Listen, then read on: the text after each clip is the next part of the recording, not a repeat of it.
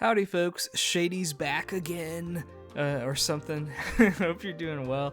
Hope your life is going as well as this Jaguar's. Today, we've got a nifty diver on deck from another micro brand, Ikigai watches.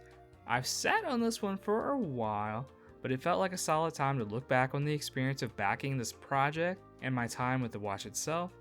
The brand is a new diver on the horizon as well, and I can touch on that a smidge too. This model is called the Maru.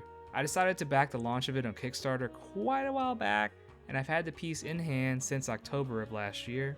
I have to give it to the brains behind the operation, Oscar Tan.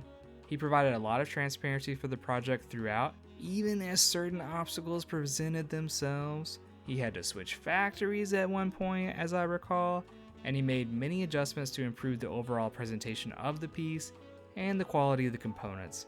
From my perspective and experience, he is heavily invested in putting out solid products, and that's a big reason why I wanted to cover this release, even though it's been out for a while and currently not available. Preamble aside, let's take a look at this puppy, the Maru. Seemingly the first in a series of dive watches Ikigai is putting out. It's hard not to acknowledge the glowing elephant in the room from the get-go, but we're going to try to hold off for a hot sec. Let's don our spectacles.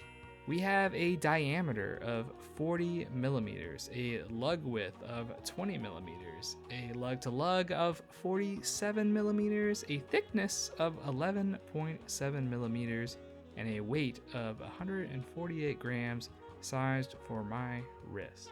For me, that's a hefty boy. Not gonna lie, the name of the channel is Small Watch, obviously, but I gotta say, I find this piece works on my 6¼ inch wrist. Much like some of the best Seikos, the Maru finds a way to wear a bit smaller than its dimensions might indicate.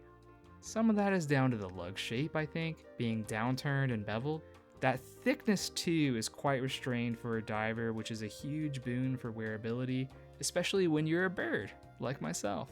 The extra time and iterating on the design paid off, I think, along with the choice of movement, a more premium no-date Miyota 9039. Y'all know I'm biased for chucking the date, and I especially like to see it when brands don't scrimp and try to hide behind a ghost date. It's almost intimidating to cover the Maru. There are so many aesthetic considerations to walk through. I'm gonna try not to get lost in the sauce here, y'all hold me to it. There were/are 3 colorways for this model. Mine is the so-called Lunar Eclipse with a deep crimson dial. I believe the most popular and the one I was initially going to snag was the Fresh Mint, and then there was also a deep ocean blue. Honestly, Oscar's eye for colors is on point. I'd be happy with any of these. I decided against the mint for 2 reasons. First, in the final version, I wasn't a huge fan of the outlined origami logo on the mint. The logo is left white on the other 2 colorways, and was that way for the mint's prototype, which others on YouTube reviewed. And second, I just happened to snag another mint colored watch, hint hint, be on the lookout for that one, and didn't want the redundancy. You also just don't see enough red dials out there though, so here we are. Okay, glowing elephant time. This watch is a lume beast. Peep the stylized grid on the sides of the case, the bezel, the lumed logo on the knurled crown, and the dial, and the usual suspects, the indices and hands. This watch is a glow-in-the-dark dream, so put that fact in your pocket. I'll let some of the footage tell the story about some of the other elements, but drink 'em in.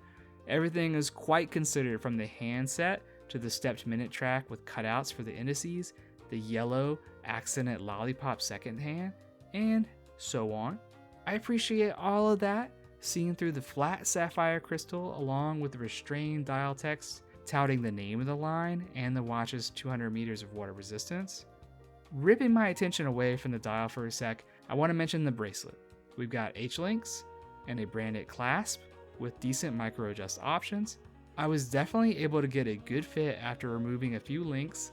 No hair pulls to speak of, and the chunk factor of the bracelet is where I want it, balancing out the watch head well. Honestly, I don't have much in the way of bugaboos for the Maru. But I'll mention a few minor notes. The first I already mentioned, which isn't an issue on my colorway, the outlined origami logo on the Fresh Mint calls too much attention to that element, I believe. Beyond that, I'm not a huge fan of the branding choice on the clasp. It's a bit too in your face. I'd have liked maybe just the logo on the clasp versus the logo and the brand name. That being said, I respect extra mile effort there. Finally, the bezel is a bit stiff and not super easy to grip. The former may get better with time and repeated use, but figured I'd mention it. Overall, I'm jazzed to have the Maru in my collection and excited to see Ikigai grow as a brand. Their new release, the Kame, had an aborted Kickstarter somewhat recently. Time flies. Oscar had some issues with the platform, it seems, and has decided to manufacture the watches upfront and release directly on the brand's website when production is complete. I've seen some other channels review the prototypes positively, so something to look forward to for show. I'm digging what I've seen so far. Smart, subtle decisions within a bold presentation. Kudos.